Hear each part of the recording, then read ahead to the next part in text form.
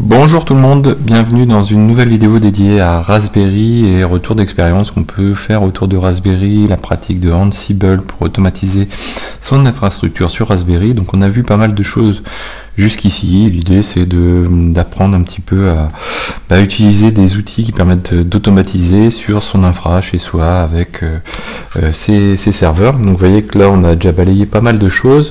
Si je me rends, donc là on va être dans celle-ci, voilà, donc on est à la 12e vidéo. Jusqu'ici on a vu quoi? On a vu comment créer des users, pousser leurs clés SSH, leur affecter des passwords avec Ansible notamment, supprimer un user, le user P avec Ansible pour des questions de sécurité. Comment utiliser iptables, comment automatiser iptables, le déploiement de règles iptables avec Ansible, comment créer un rebond, comment gérer du coup quand on a un rebond les serveurs de back, ceux qui sont sur lesquels on rebondit, comment collecter une métrique. Donc on a pris l'exemple de la température, on verra qu'on peut collecter plus facilement. Donc là c'était un exemple on va dire custom, donc un paramètre qu'on souhaite remonter et qu'on ne peut pas collecter par ailleurs et pour lequel on veut scripter, utiliser notre propre script. Ensuite on a vu comment exposer cette métrique avec ZinetD. En 9e vidéo on a vu comment déployer ces scripts et installer ZinetD avec Ansible. Ensuite 10e vidéo on a vu comment installer Prometheus, donc une base de données time series qui permet de collecter justement ces métriques, garder un historique et pouvoir ensuite, comme on l'a fait dans la 11e vidéo avec Grafana, utiliser cette métrique, en faire des graphes, etc. Donc tout ça bien sûr avec Ansible. Aujourd'hui 12e vidéo, il y aura toujours du Ansible, ça va être très court. L'idée c'est de se poser la question, donc je me suis posé la question, est-ce qu'on voit plutôt l'installation d'un serveur DNS light ou est-ce qu'on bypass on va dire cette installation et plutôt passer par quelque chose de semi-automatisé, c'est-à-dire en passant par etc host. Donc en gros on a nos machines, donc si on est comme ceci, on a notre bastion ici, PyDor, qui s'appelle PyDor, qui est en .31 au niveau du range d'IP, les PI 1, 2, 3, 4, etc. Et donc l'idée c'est de se dire, plutôt que d'installer un DNS, sur chacune des machines, on va mettre à jour etc host, qui permet en fait de simuler un DNS, et c'est le premier endroit où la machine va aller interroger, tenter de faire une résolution DNS. Donc on va enregistrer automatiquement nos machines. Donc en gros si on prend la machine 1, ce qu'on souhaite c'est que la machine 2 il soit renseigné dans ce TC host avec son IP et son nom, la 3, la 4, etc. PyDor compris. Donc pour ça c'est très facile avec Ansible, vous allez le voir. Première chose à faire au niveau de Ansible, il faut faire évoluer l'inventory. Je vais me mettre là, on ne voit pas forcément très bien. Donc notre inventory c'est ce fameux fichier list servers.yml. Si on zoome dessus, voilà ce que l'on a. J'ai été le modifier. Donc si vous vous souvenez, lors de la fois précédente, par exemple, le groupe DOR contenait des hosts et un seul host qui se nommait 192.168.1.31. Là, ce que j'ai fait, c'est que j'ai affecté un nom plutôt qu'une IP. Donc j'ai affecté le vrai nom que je souhaite qui soit renseigné dans les etc host et qui soit connu de l'ensemble des machines. Donc là, en l'occurrence, PyDor. Et pour PyDor, j'ai été lui affecter des variables, donc une qui existait déjà, le bastion true que j'ai reporté simplement, et une autre que j'ai été créée, une variable qui est utilisée par Ansible, donc c'est un standard dans Ansible, Ansible underscore host, et là on renseigne l'IP en question. Et c'est à partir de cette IP que Ansible saura que si je lui dis de déployer quelque chose sur PyDor, il ira sur cette IP là. Autre élément, vous allez voir dans ce qu'on va faire juste ensuite, c'est qu'on va lister tout simplement les hosts et les IP qu'on va renseigner donc dans ce etc host grâce à Ansible.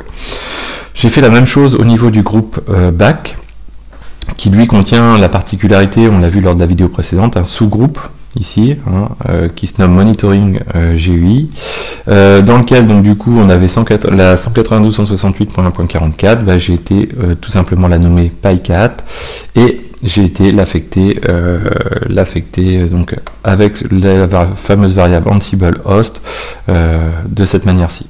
Donc surtout ne pas oublier l'indentation ici, hein, sinon ça ne fonctionne pas, puisqu'en fait c'est une variable qu'on ajoute pour ce host-là. Donc on fait la même chose avec py1, py2, py3. Donc ça c'est la première chose à réaliser. Deuxième chose à réaliser, bien sûr, il nous faut un rôle pour aller renseigner les éléments dans etc host. Alors, autre chose aussi à faire évoluer, que j'ai fait évoluer, si vous vous souvenez bien, quand on était dans donc à la racine de notre répertoire Ansible, on avait un répertoire, quand on a un répertoire host vars, dans lequel on avait la 192, donc un fichier de variables 192.168.1.44, puisque je vous avais expliqué que ce fichier permettait de surcharger toutes les autres variables qui se référaient à ce nom de host là. Donc là, pour suivre les choses, j'ai été tout simplement renommer ce fichier, et non plus le nommer par son IP, ce qui n'était pas non plus très fun, mais tout simplement le nommer voilà, en le nommant py4. Voilà, donc py4 lui comprend la même chose que ce qu'on avait lors de la vidéo précédente. Autre élément, donc dans mon répertoire rôle, j'ai été créer un rôle qui se nomme etc host ici. Dans ce rôle etc host, j'ai une seule task. Vous voyez que la bonne pratique, c'est vraiment d'avoir des rôles très scindés, comme ça permet, c'est des briques. Alors certes, on n'a pas forcément besoin de les partager, mais ça peut être réutilisable dans d'autres infras, etc. Donc c'est le principe un petit peu des rôles qu'on retrouve dans Ansible Galaxy, qui est en fait un dépôt commun de tous les rôles qui sont partagés sur le web, hein, tout simplement de Ansible. C'est exactement ce principe-là, c'est-à-dire qu'on construit plein de petits rôles, et potentiellement derrière, l'idée c'est de pouvoir les partager. Donc dans etc host, on a task main.yml, ça change pas par rapport à d'habitude, et là j'ai été créer une task particulière avec un module qui se nomme line_in_file. Donc le nom de la task c'est edit/etc host for DNS, et le module, je l'ai nommé il se nomme line_in_file. Donc si vous allez sur internet, vous allez trouver très facilement. Donc on peut faire beaucoup de choses avec Ansible line_in_file. On peut faire pas mal de choses avec. Vous vous rendez ici. L'idée de line_in_file, c'est quoi? C'est j'ai un fichier que je veux éditer. Je peux utiliser une regex pour voir si la ligne que je veux modifier contient déjà contient un élément, donc filtrer la ligne que je veux éditer. Si elle n'existe pas, je peux ajouter ma ligne, voire même je peux l'ajouter avant cette ligne ou après la ligne avec la regex en question. On peut aussi faire de la capture de champ, c'est-à-dire on a une ligne qui contient certains éléments, on va capturer ces éléments qu'on souhaite conserver et rééditer la ligne sur le format que l'on souhaite. Donc là, qu'est-ce que l'on fait avec line_in_file? On dit que notre fichier sur lequel on veut travailler, il se nomme etc host, donc sur chacune des machines on va travailler comme ceci. À côté, en bas, donc ce line_in_file, on va dire que nous on veut l'utiliser pour avec un withItems. Donc ce qu'on a déjà vu, un withItems, ça permet simplement de balayer une liste de variables. Cette liste en l'occurrence, nous, c'est le groupe all. Le groupe all, c'est quoi? C'est la liste de toutes les machines qui sont présentes dans le groupe all. Donc on va avoir PyDor, on va avoir Py1, 2, 3, 4, etc. Donc là, on va réutiliser ces éléments-là. On va faire une regex, ce qui va nous permettre de checker si, donc avec le item ici, on va voir par exemple PyDor, si notre etc host contient déjà PyDor ou ne le contient pas. En fonction de ça, line_in_file va faire quelque chose. Donc s'il ne le contient pas, il va réaliser la line telle que définie ici. Si il le contient, vous voyez ici donc en fin de ligne, hein, il y a le $ pour mettre en fin de ligne, hein, c'est une regex. Donc quelque chose qui commence par n'importe quoi, mais qui se termine par exemple PyDor, hein, pour le cas du premier serveur, mais à ce moment-là, je ne fais rien. Par contre, si cette ligne ne contient pas PyDor, qu'est-ce que je fais? Je m'occupe de créer une ligne. Cette ligne, je la fais bien sûr se terminer par PyDor, donc avec le item qui est là, et la petite astuce ici, c'est que je vais récupérer la variable qui correspond à PyDor, donc la variable pour balayer la liste des variables d'une machine, il suffit d'utiliser hostvar entre crochets le nom de la machine. Donc moi en l'occurrence c'est item, mais par exemple quand le item va balayer PyDor, ce sera hostvar entre crochets PyDor, et il va récupérer par exemple ici, moi je demande la variable qui se nomme Ansible host, donc l'IP en question de la machine.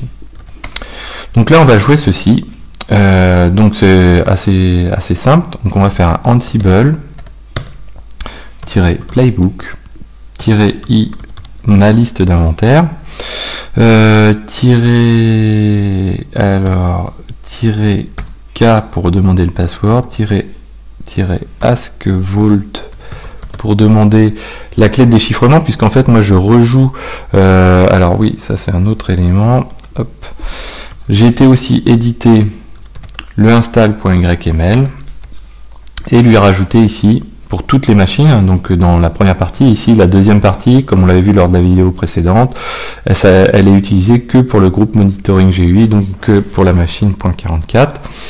Là ici, on est sur toutes les machines, donc on ajoute le rôle, on veut qu'il soit joué, ce rôle qu'on vient de créer, pour toutes les machines. Donc, Ansible-playbook-i pour spécifier la liste d'inventaire, d'inventory, -k pour saisir un password, -askvault pour avoir la clé de déchiffrement, puisqu'on va jouer l'intégralité de notre playbook, notre fichier YML d'install, et ensuite notre install.yml. Donc la clé de déchiffrement, c'est pour les fameux passwords qui sont chiffrés. Donc là, on va jouer ceci. Donc là, je saisis mon password de clé SSH et ma connexion, mon password de connexion SSH, pardon, et ma clé de déchiffrement ensuite. Donc là c'est parti, l'installation va se faire. On va se rendre à côté, donc ça va demander un petit peu de temps. Vous voyez que donc là il est déjà parti en mode, avant on avait des IP. Hop, si je remonte un petit peu, il fonctionnait par IP, et là vous voyez plutôt que fonctionner par IP, il fonctionne par nom, ce qui est un petit peu plus sympathique, un petit peu plus parlant. Donc moi je vais me reconnecter sur mon bastion.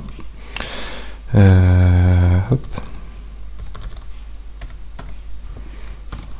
Voilà, comme ça on va se rendre sur une machine à côté, .31, voilà.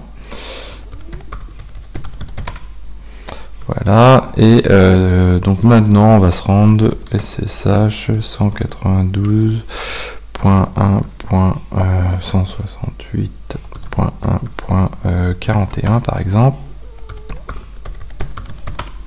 J'espère que je vais arriver assez vite avant qu'il ait fait les modifications. Donc là je check le host. Vous voyez que le host pour l'instant il n'a rien du tout à part la machine elle-même, puisqu'on a été édité le fichier host. D'ailleurs on pourrait faire un petit additif pour rajouter que cela soit toujours standard, et que ce soit Ansible qui fasse les choses, puisque je crois que lors de la première vidéo on l'avait fait à la main. Donc là pour l'instant vous voyez qu'Ansible n'a pas fait ses modifications sur la machine .41. Donc il est en train de faire le taf. Donc il check les règles iptables, il les rend persistantes. Là il est en train d'installer xinetd lorsque c'est nécessaire. Oui, alors bon, ça va pas forcément très vite, c'est pas cool. Il faudrait que on checkera plus tard. Voilà, donc ça avance tranquillement, ça devrait accélérer ensuite. Voilà, hop. Et donc là, il rajoute le script alors qu'on n'avait pas sur PyDor, c'est marrant. Il rajoute le script de check des températures, et là il est en train d'éditer les etc host. Vous voyez, donc j'avais déjà fait sur une des machines, la Py4. Hop, voilà. Donc là il est en train de faire les choses. Donc pour la machine Py2, vous voyez qu'il a rajouté Py1, Py2, etc. Donc là si je regarde le etc host, donc avant c'est donné ceci, et maintenant ça donne ceci. Donc du coup maintenant si je cherche à faire un ping de Py2 par exemple, puisque je suis sur Py1, ben voilà, j'arrive à le pinguer. Pareil pour PyDor. Voilà, donc là j'ai une résolution DNS, et ça c'est le cas sur toutes les machines. Donc il va avoir réalisé la tâche sur toutes les machines. Voilà, donc il a fait sa modification. Donc toutes les machines ont leur etc host maintenant de configurer. Et si je rajoute une machine, en fait il me reste juste à faire une chose, c'est aller éditer mon inventory, rajouter une machine, par exemple ici je rajoute Pi 5 ici. Et une fois que je l'ai rajouté, je rejoue mon Ansible. La machine va se prendre toute l'installation qu'on a classiquement, y compris le TC host, avec toutes les machines qui correspondent, et en même temps, comme je le jouerai sur toute mon infra, bah pour toutes les autres machines, ça rajoutera la machine Pi 5 aussi dans le TC host, puisqu'elle n'existera pas. Voilà, donc ça c'est plutôt quelque chose d'assez pratique. Alors c'est pas un DNS à proprement parler, hein, mais ça permet quand même d'avoir un DNS interne assez facile.